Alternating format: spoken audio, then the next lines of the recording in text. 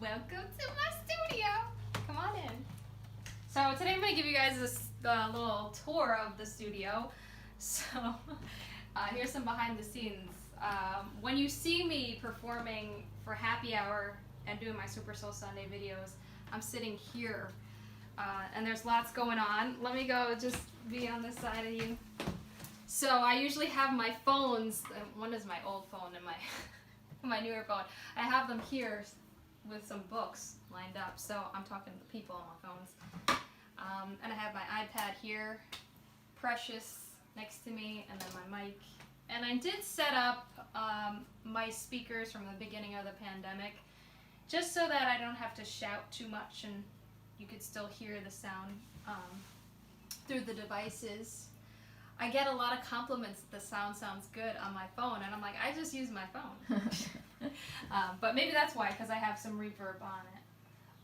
So this is a sign that I got when I left my job, my day job.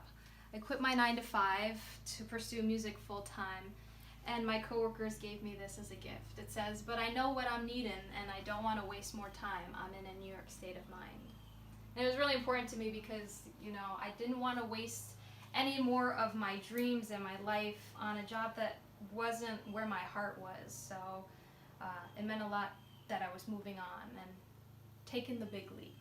So let's move on a little bit. I don't know where to go next. It is a little bit messy, but here I have a turntable I got for Christmas a few years ago. So I actually was playing yesterday. I was playing some Bee Gees.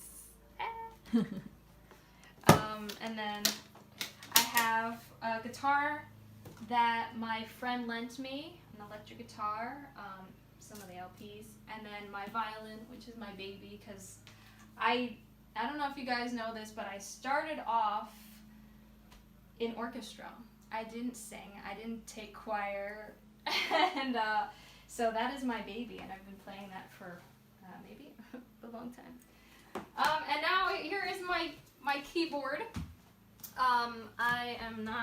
I'm far from a professional piano player, but I've been taking lessons for about a year and a half now with my friend Luann, and I'm getting better. It's crazy. Do you want me to play a little something?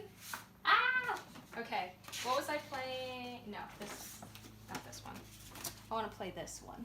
So yesterday I had a recital, and it went pretty well. So this is one of the songs that I played. I think you'll know it. Here we go.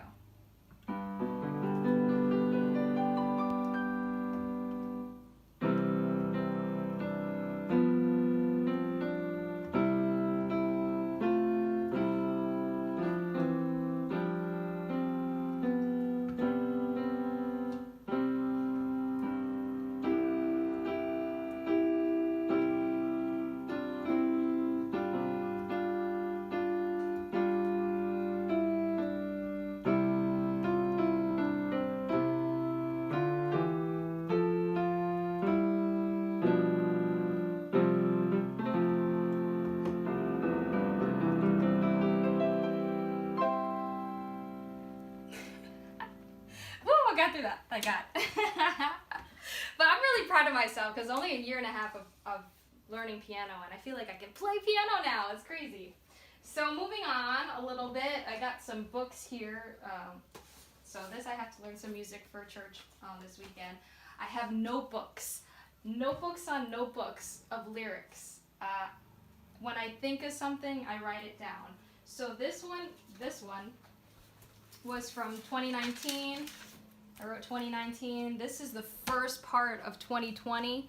I finished a whole notebook within the first few months of this year. I'm on to another notebook. And these are just tabs of songs that, we've been really working on and we have pretty much down. We've written about 13 to 14 songs now, Joe and I. So I'm really excited about that and really looking forward to getting them out there and showing you guys what we have. And I also got another sign. Music is the prayer the heart sings. I got the sticker from a coworker, and then my dad just made the wood part. I know, right? And I have some merch here because when people order t-shirts, I have them all here. So you can go to my website, carbonlookshare.com, get your t-shirts. I still have one mug left, actually. So who wants to bid on it? It says friend, fam, and fan. So you can have that, your morning coffee in there. And there's my logo. And see, I don't know. There's just things. There's fan art. When I was first learning piano, I had, I was struggling with the bass clef, the left hand, because as a violinist, I'm used to the treble clef. So I had to write out the bass clef so I can understand it. Lots of pencils, because you always need that. Cards from friends that saw me in the Heights, and cards from other friends. Just that means so much to me. I got a photograph from a friend where I played for his party, and I bought one of his pieces. And this is my plaque from my old job. This used to be on my desk, so it's just, maybe they don't know that I have this.